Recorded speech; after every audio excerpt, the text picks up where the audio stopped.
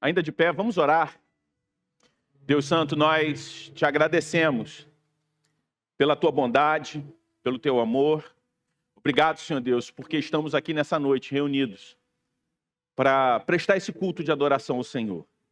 Reconhecemos que somos pecadores, que dependemos, Senhor Deus, da tua graça, que somos falhos. E louvamos o Senhor porque a tua graça, Senhor Deus, opera em nós, age nas nossas vidas. Obrigado, Senhor Deus, porque o Senhor nos escolheu, o Senhor nos adotou. E é por isso que nós estamos reunidos aqui nessa noite. Que o Senhor receba o nosso louvor, a nossa adoração. E que o teu Espírito, Senhor Deus, nesse momento, nos ajude a compreender a tua palavra. A discernir, Senhor Deus, aquilo que o Senhor quer falar com a tua igreja. E nós oramos assim no nome de Jesus. Amém. Você pode se assentar. Queria dar boas-vindas a todos que estão aqui. Você que é visitante da Igreja do Redentor, não é membro. Se talvez você estiver aqui pela primeira vez, queria te dar boas-vindas, dizer que você é muito bem-vindo e que a gente tem um presente para você. Uma forma da gente demonstrar nossa gratidão, nosso contentamento. Como o pastor Eduardo falou, hoje está um pouquinho mais quente. É só para matar a saudade, desde maio que a gente não tem passado mais calor aqui. Se você chegou na Igreja do Redentor depois do mês de maio, você não conheceu a nossa realidade antes do ar-condicionado, eu queria te dizer que era pior, tá? E hoje a gente está com metade da capacidade do ar-condicionado, mas se Deus quiser, amanhã tudo vai ser resolvido. E nós não passaremos por esse calor de novo. Só estamos matando a saudade do que a gente passava até o mês de maio do ano passado. Nós estamos em uma série de mensagens no livro de Atos, uma série de mensagens onde nós temos como título A Igreja em Movimento. Nós estamos expondo todo o livro de Atos ao longo desses últimos meses e nós chegamos já no capítulo 16 nas últimas semanas e estamos percorrendo esse capítulo, o que aconteceu na vida do apóstolo Paulo, na vida de Barnabé, nesse momento da vida deles. No domingo passado nós vimos que o apóstolo Paulo estava em uma situação intrigante. Ele tentou entrar na Ásia, centro cultural e econômico daquela época, e Deus disse não para o apóstolo Paulo. Depois ele tenta entrar na Bitínia, e o Espírito de Deus diz não. Finalmente ele teve uma visão, a visão do homem da Macedônia pedindo ajuda. E Paulo obedece. Ele atravessa o mar Egeu, uma viagem de aproximadamente 2 dias. Ele está indo em direção à Europa, um destino que ele iria para lá pela primeira vez. E imagino que o apóstolo Paulo estava imaginando nesse momento. Se Deus fechou todas aquelas portas, como nós vimos na semana passada, Deus falando não para ele. Certamente ele está me trazendo para esse novo lugar, para que algo grandioso aconteça. Uma multidão deve estar me esperando. Aquele homem da Macedônia deve ser um líder influente, pronto para me ouvir. Talvez nós reagíssemos assim, porque nós sempre projetamos uma mudança de rota, uma intervenção divina, seja para confirmar algo que nós desejamos. E quando, de alguma forma, nós somos frustrados, nós projetamos algo maior. Mas nessa noite eu gostaria de ver com vocês, em Atos 16, a partir do versículo 11, vamos ler até o 24, o que acontece? 2 conversões acontecem ali. E o que Deus faz na vida do apóstolo Paulo e da vida daquelas pessoas. A palavra de Deus diz assim: tendo, pois, navegado de Trode, fomos diretamente para Samotrácia, e no dia seguinte a Neápolis. Dali fomos a Filipos, cidade da Macedônia, primeira do distrito e colônia romana. Nessa cidade permanecemos alguns dias.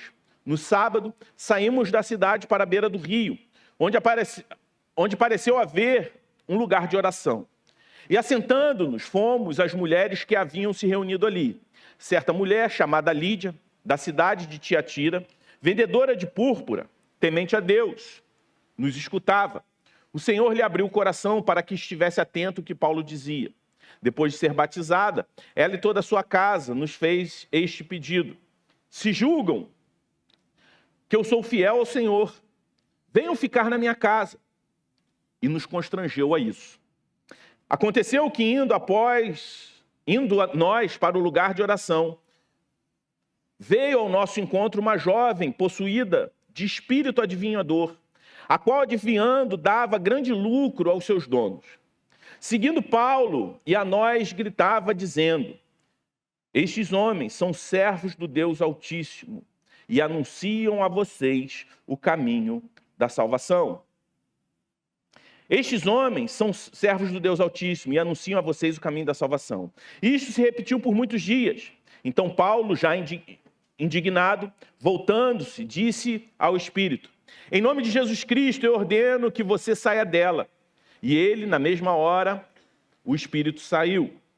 Quando os donos da jovem viram que se havia desfeito a esperança do lucro, agarraram Paulo e Silas e os arrastaram para a praça, à presença das autoridades.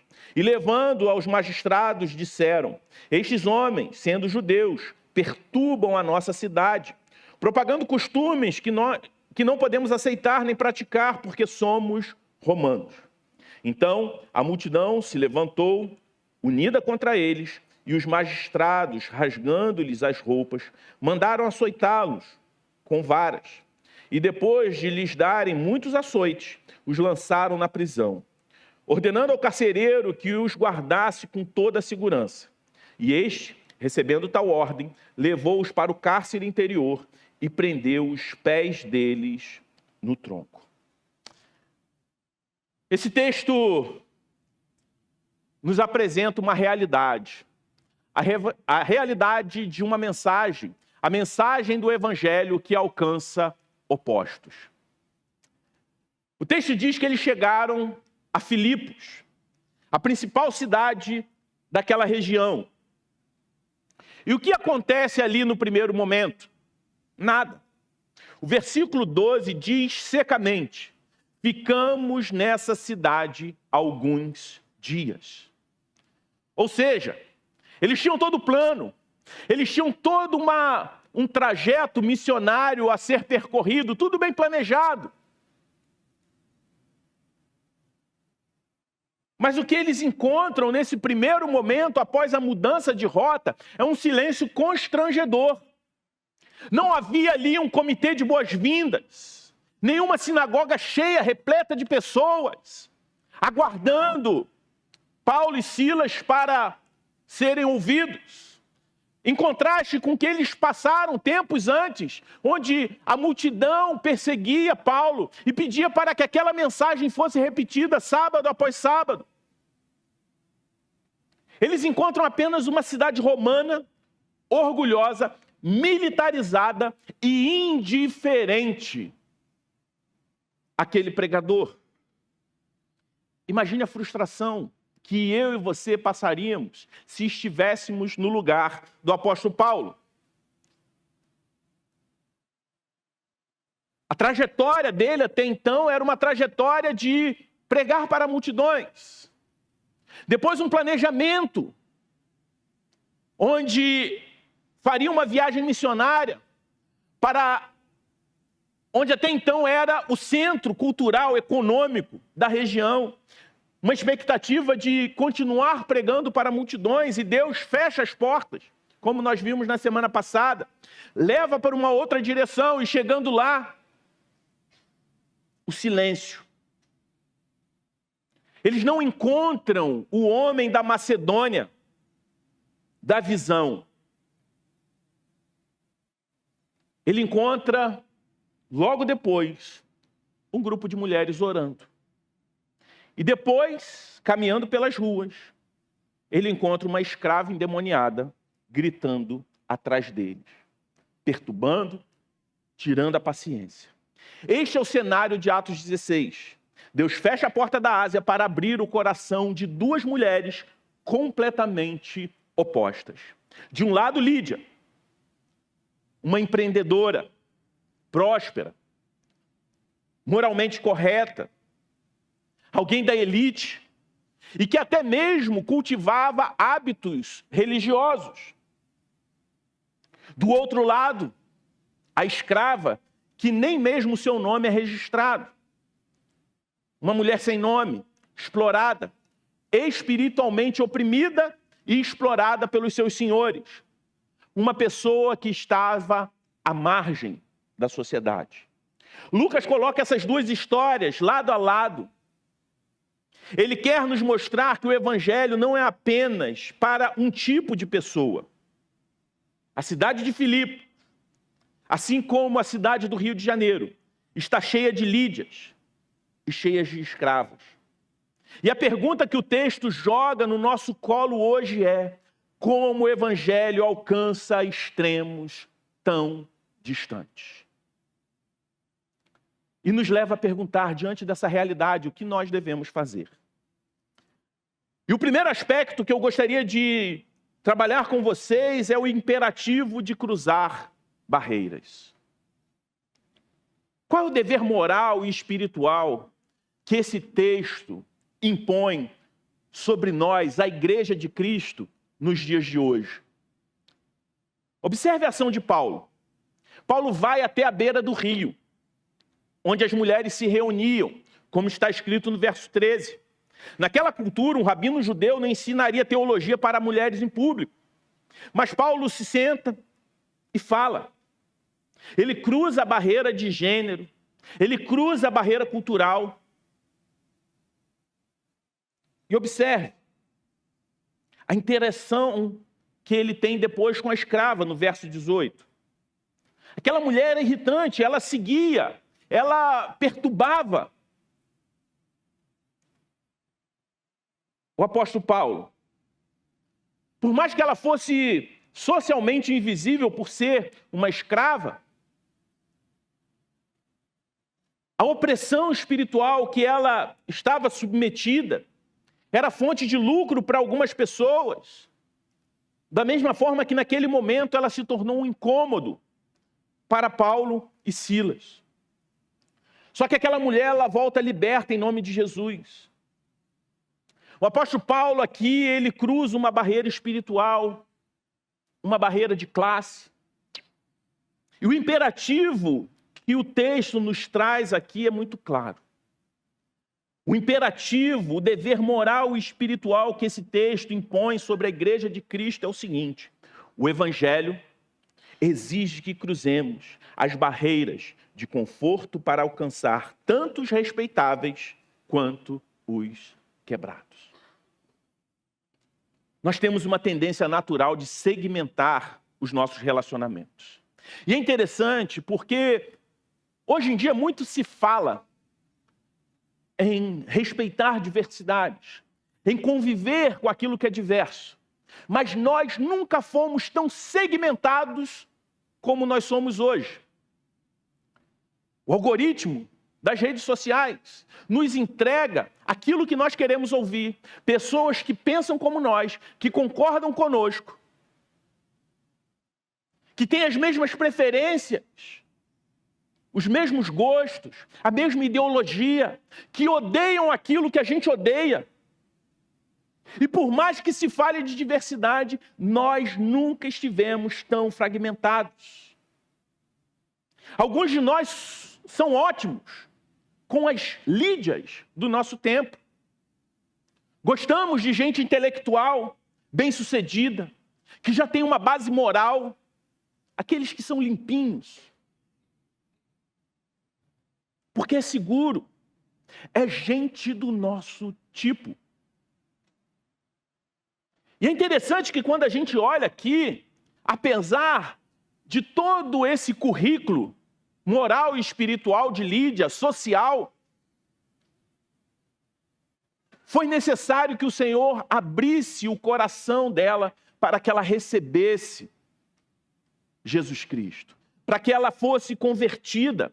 Houve uma ação divina, ela estava por mais que ela fosse socialmente aceita, ela estava espiritualmente morta. E muitos de nós têm facilidade, somos ótimos com as Lídias do nosso tempo. Mas, por outro lado, há quem prefira dialogar com os marginalizados.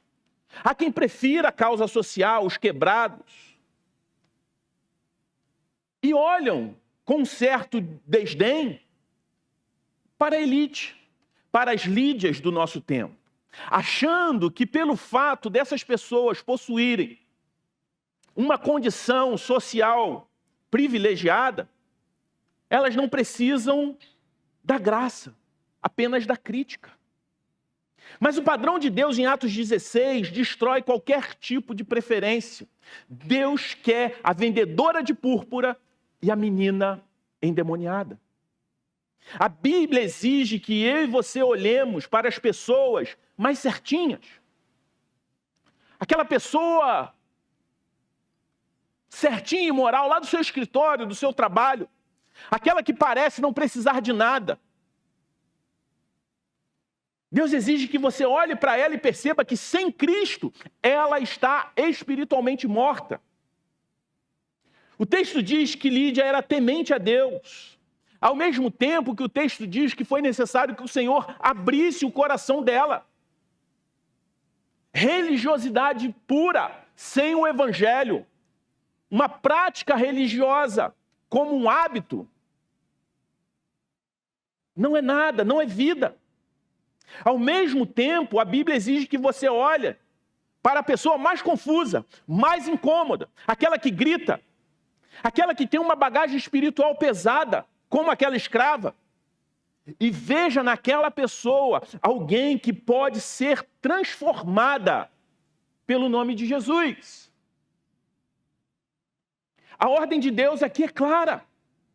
Nós devemos sair da nossa zona de segurança. Precisamos ir ao rio. Precisamos estar na rua. Não cabe a nós julgar quem é convertível e quem não é. O Evangelho é o poder de Deus para a salvação de todo aquele que crê, desde o CEO ao dependente químico. E o que o texto exige de nós é que nós precisamos estar dispostos a falar do Evangelho para ambos. Ou será que nós temos selecionado o público que se parece conosco? O que nós vemos aqui é o padrão de Deus para uma igreja onde Lídia e a ex-escrava se sentam na mesma mesa de comunhão. Se a nossa vida, se a nossa igreja, de alguma forma não reflete minimamente essa mistura, nós não estamos vivendo Atos 16. E por que nós não podemos fazer isso, não conseguimos fazer isso? Por conta do ídolo, do conforto e o custo das pessoas. Se o imperativo é cruzar barreiras para amar todo tipo de pessoa, por que nós falhamos tanto nisso? Por que nossas igrejas tendem a ser bolhas sociológicas, cheias de pessoas que pensam, se vestem, pensam, votam, gostam das mesmas coisas e odeiam as mesmas coisas? A resposta em Atos 16 é radicalmente honesta. O texto nos mostra que o que acontece quando o evangelho realmente alcança alguém difícil para os nossos padrões. Pense na escrava. No versículo 17 diz que ela seguia Paulo gritando por muitos dias. Imagine alguém seguindo você, gritando no seu ouvido por muitos dias. Ela era uma pessoa inconveniente. Ela era barulhenta. Ela era socialmente constrangedora. E quando Paulo finalmente a liberta do espírito maligno, qual é a reação da cidade? Aplausos? Alegria pela restauração da dignidade humana daquela jovem? De forma nenhuma. Versículo 19 diz que quando os donos da jovem viram que se havia desfeito a esperança do lucro, agarraram Paulo e Silas e os arrastaram para a praça à presença das autoridades. Há quem use aquelas pessoas que estão à margem, que preferem as pessoas que estão à margem, porque isso pode lhe trazer algum tipo de lucro. É possível fazer até mesmo algo bom, e não era o caso aqui, com a motivação errada. É possível querer ser engajado socialmente, porque isso vai lhe render likes, vai lhe render aprovação das pessoas, popularidade. Às vezes a caridade é apenas um meio para a obtenção de algum tipo de lucro, seja ele financeiro ou seja ele social. Aqui está a razão pela qual nós não conseguimos obedecer a Deus. O problema não está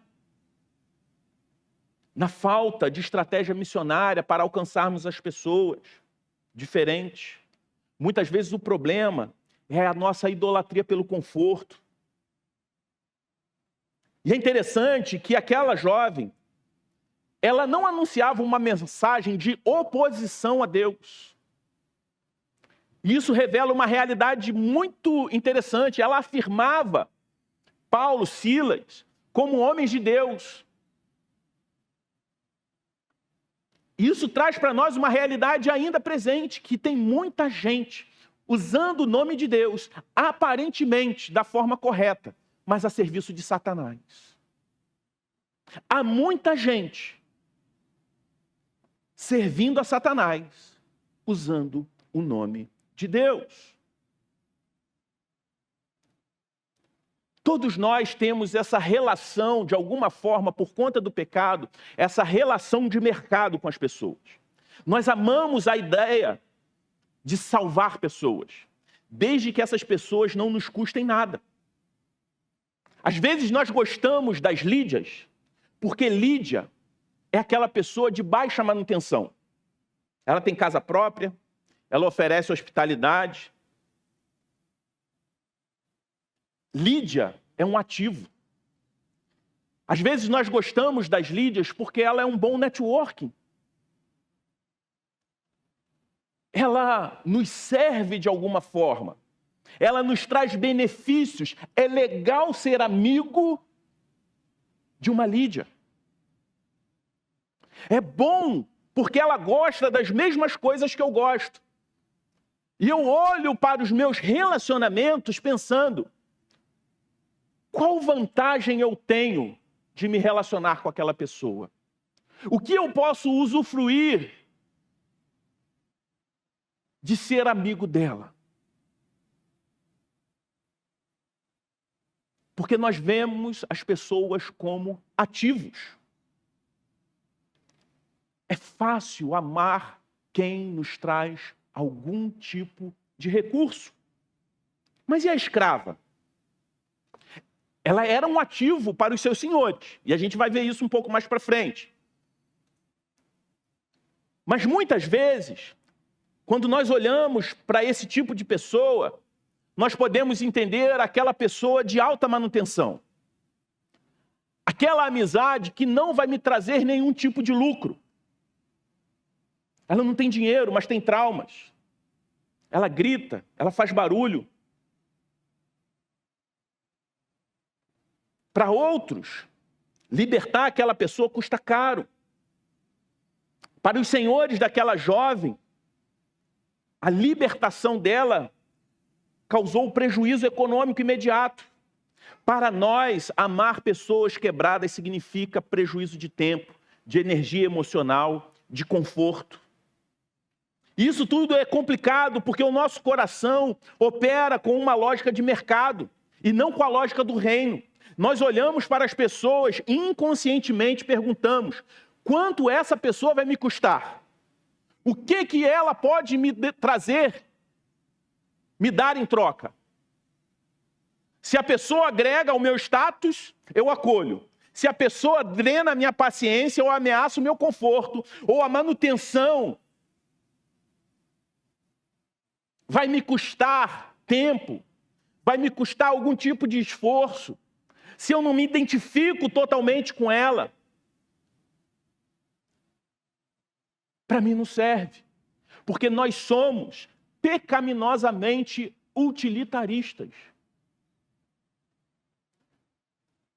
Veja a ironia trágica dos donos daquela escrava.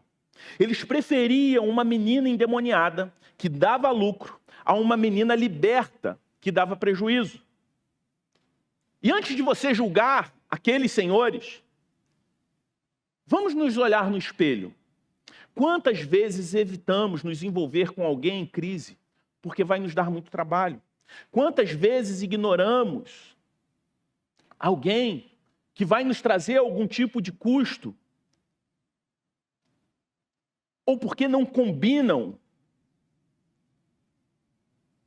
com minha estética de vida? Nós não conseguimos cruzar barreiras, porque no fundo o nosso Deus é o nosso bem-estar. Muitas vezes nós queremos um cristianismo que nos dê a paz de Lídia, sem o tumulto da escrava. Mas eu quero te dizer que esse cristianismo não existe. A realidade do nosso pecado é que se a salvação de alguém ameaça a nossa conta bancária, ameaça o nosso status, a nossa tranquilidade de sábado à tarde, muitas vezes nós escolhemos o sossego, a paz. Nós somos como os senhores de Filipos, valorizamos mais o nosso lucro, seja ele de tempo, seja ele material, seja ele emocional, do que a liberdade do próximo. E enquanto esse ídolo governar o nosso coração, nós jamais seremos uma igreja que alcança a cidade. Estamos presos em nosso egoísmo. E quem poderá nos libertar desse amor excessivo pelo conforto e por nós mesmos? Como Jesus Cristo resolve esse problema em nós? Quando nós olhamos para Jesus, nós vemos o Senhor que aceitou o prejuízo. Como podemos ser curados dessa lógica de mercado que nos faz selecionar pessoas? Como deixamos de ver o próximo como um ativo que vai nos dar lucro ou um prejuízo?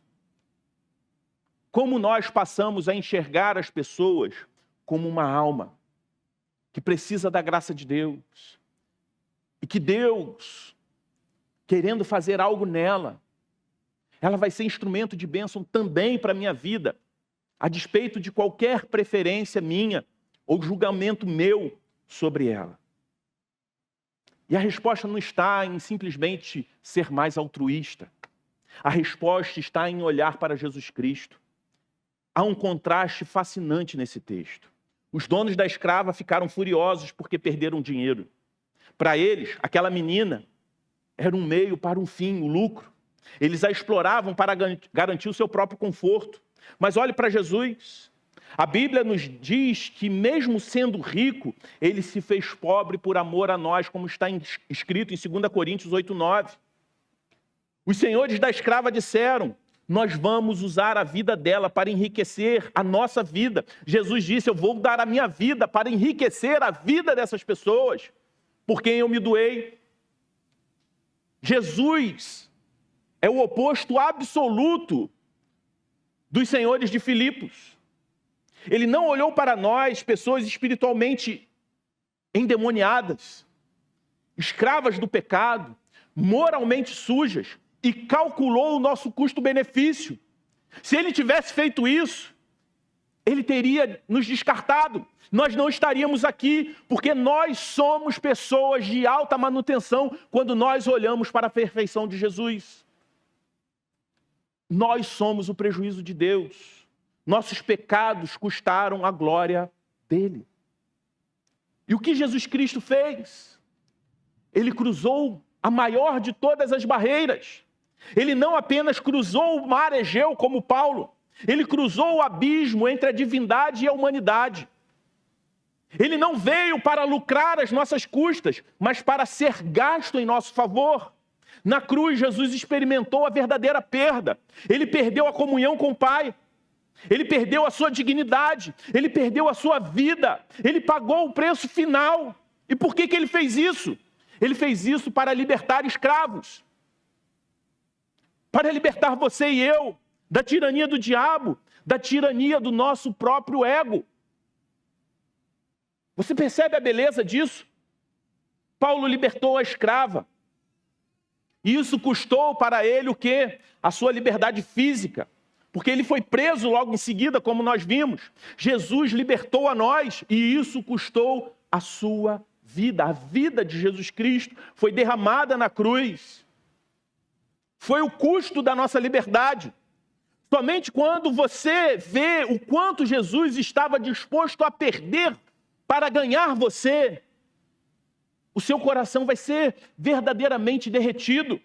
O ídolo do conforto cai do trono e você percebe, se o rei do universo aceitou o prejuízo da cruz para me salvar, quem sou eu para negar o meu tempo, o meu conforto, para amar alguém difícil? O evangelho é a notícia que fomos amados com um amor custoso, caro.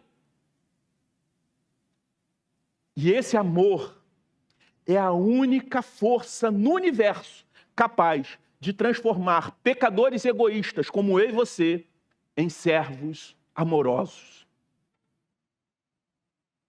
Então, como? Por meio dele, por meio de Jesus Cristo, eu posso fazer isso? Através de uma nova comunidade e uma nova hospitalidade. Como que nós vivemos isso na prática? O que acontece quando o evangelho, de fato, entra em Filipos e entra também no Rio de Janeiro? Acontece a formação de uma comunidade impossível. Mas como assim? Vamos voltar os nossos olhos para a história de Lídia, no começo do texto que nós lemos. Na verdade, no final da história dela.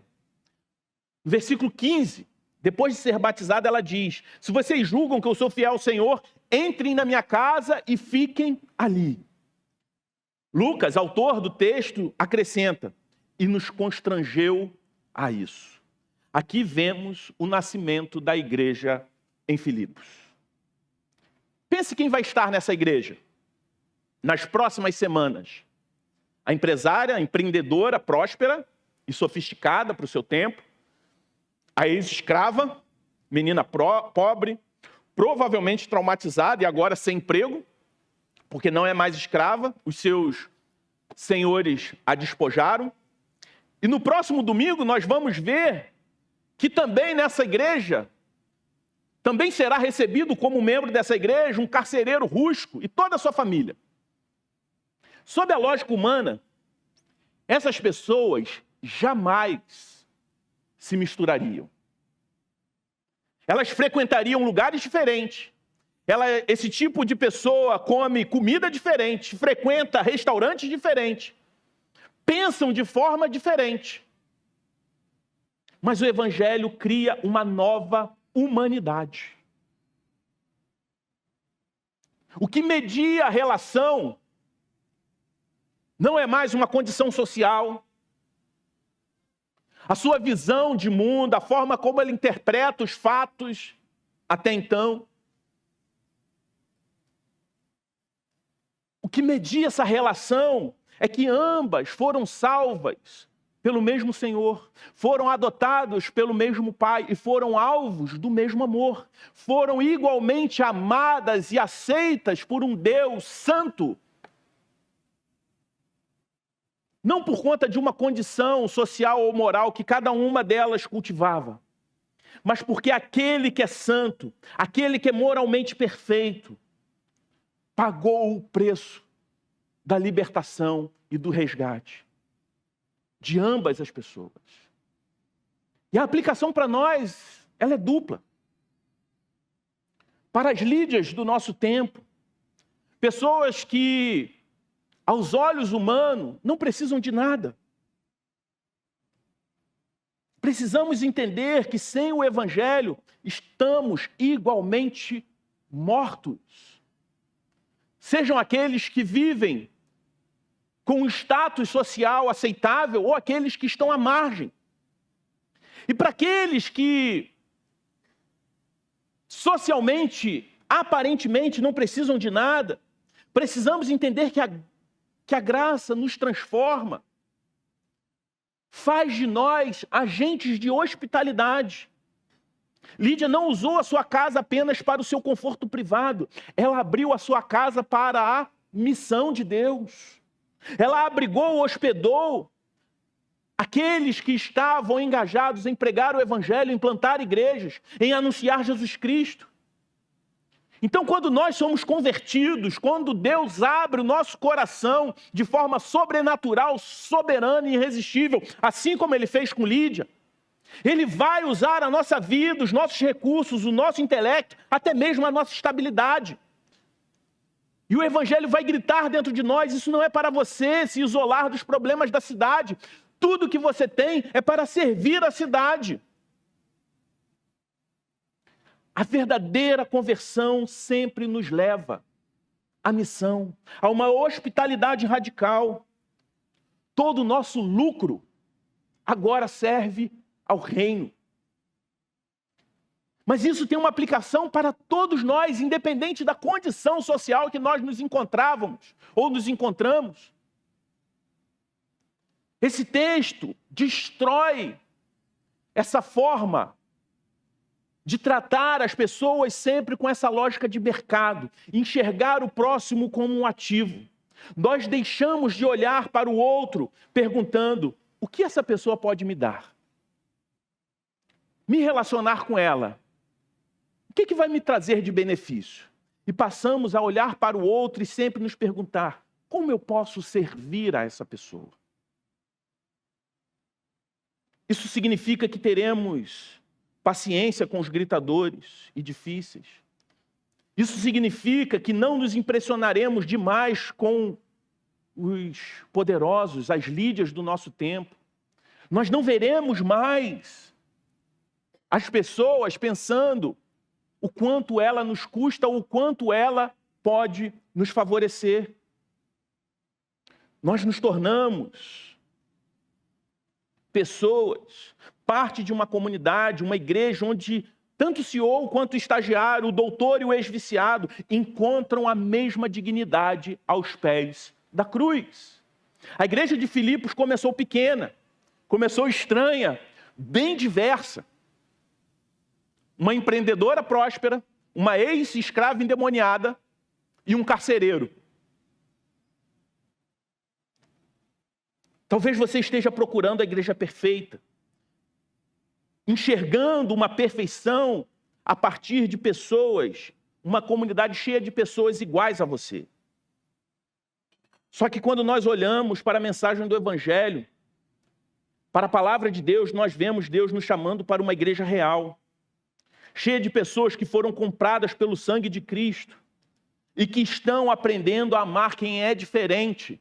E Deus faz isso não porque Ele quer usar você para abençoar essas pessoas, mas porque Ele quer mudar o seu coração, a sua forma, a nossa forma egoísta de pensar e calcular os nossos relacionamentos. Ser um instrumento de Deus não é simplesmente ser usado. Não é Deus simplesmente fazer uma obra através de nós, mas também em nós.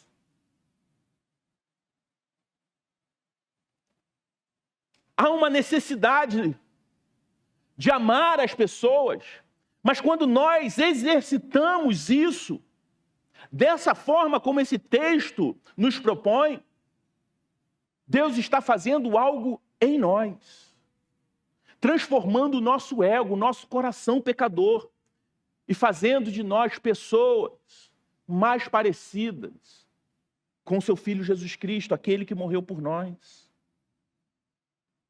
E é interessante que na semana que vem nós veremos o custo que Paulo pagou por amar aquela escrava. O custo levou Paulo para a prisão mais escura de Filipos. Mas nós veremos também que para um cristão até mesmo a prisão pode se transformar em um campo missionário, em um púlpito. Mas hoje a pergunta é: seu coração de fato está aberto, assim como o de Lídia? Você está disposto a deixar Deus quebrar o seu ídolo do conforto para alcançar alguém que desesperadamente precisa de liberdade. Esse texto nos leva a entender que dentro de nós existem duas realidades que concorrem uma contra a outra. A avareza emocional contra aquele, o Deus que se esvaziou por nós. Portanto, ao sairmos daqui hoje, precisamos encarar a verdade sobre nós mesmos. É muito fácil ler esse texto e nos imaginarmos como Paulo, como o herói libertador. Mas se formos honestos, muitas vezes somos muito mais parecidos com os mercadores de Filipos. Nós amamos o conforto mais do que amamos as pessoas. Nós calculamos quem merece a nossa atenção baseado no lucro emocional ou prazer que essas pessoas podem trazer para nós. E como nós mudamos isso? A mudança não vem da culpa, mas da contemplação. Anos depois desses eventos, Paulo escreveria uma carta para essa mesma igreja em Filipos. E nela, ele descreveria Jesus não como alguém que calculou lucros, mas como alguém que não se considerou ser igual a Deus, algo a se apegar, mas esvaziou-se a si mesmo, assumindo a forma de servo. Filipenses 2, de 6 a 7, tem essa linda declaração. Jesus é o Deus que aceitou o prejuízo total para que nós tivéssemos um ganho eterno. Somente quando a visão desse amor sacrificial capturar a sua imaginação, é que a sua avareza espiritual será quebrada. Quando você vê o quanto custou para Ele te amar, você para de cobrar taxas para amar os outros. Você ganha a hospitalidade de Lídia, a coragem de Paulo. Portanto, meu irmão, minha irmã, não procure uma igreja. Não procure se relacionar somente com aqueles que são exatamente iguais a você. Isso não é o corpo de Cristo. É um clube, quando nós pensamos assim. Procure ser parte de uma igreja onde as barreiras caem, onde o rico e o pobre, o doutor e o oprimido, o complicado e o de fácil trato, se sentam à mesma mesa. Não porque têm os mesmos gostos, mas porque foram salvos pelo mesmo Senhor. É para isso que o Senhor está nos chamando. Para sermos essa igreja para a nossa cidade. Uma igreja que olha para a sua cidade e vê que tanto aqueles que são socialmente aceitos, aqueles de baixa manutenção, se ainda não foram alcançados pelo Evangelho, estão igualmente mortos em comparação com aqueles que nós vemos que vivem à margem da sociedade. Atos 16, de 11 a 24, nos dá esse retrato. Uma igreja que não calcula o custo das pessoas, que não olha o outro como um ativo, mas vê cada homem, mulher e criança como um potencial alvo da graça de Deus. Amém? Vamos nos colocar de pé e vamos orar. Deus Santo, nós te agradecemos por essa mensagem, por essa palavra, Senhor Deus, que nós meditamos aqui. Que possamos, Senhor Deus, amar as Lídias do nosso tempo, da mesma forma, amar aqueles que estão escravizados. Que possamos olhar para aquelas pessoas que parecem certinhos, mas se ainda não foram alcançados pela graça de Deus, que venhamos enxergá-las, Senhor Deus, como escravos, assim como aqueles que estão explicitamente sendo escravizados pelo pecado e por Satanás. Que possamos, Senhor Deus, ser impulsionados a viver em missão, proclamando e demonstrando o amor de Jesus a todo tipo de pessoa. Senhor, que essa palavra também, essa mensagem, quebre, Senhor Deus, o nosso orgulho espiritual de querer se relacionar com pessoas que vão trazer algum benefício para nós. Que possamos ter a mentalidade do reino, de servos, e olhar para as pessoas e pensar como eu posso servir melhor aquela pessoa, e não aquilo que ela pode nos trazer de lucro. Que possamos ser transformados cada vez mais, que a mensagem do teu evangelho, a mesma que nos salvou, venha nos transformar dia após dia e fazer de nós pessoas que refletem a vida do seu Filho, a vida de Jesus Cristo. Que possamos de fato ser embaixadores do Senhor aqui na terra. Essa é a nossa oração no nome de Jesus. Amém. Amém.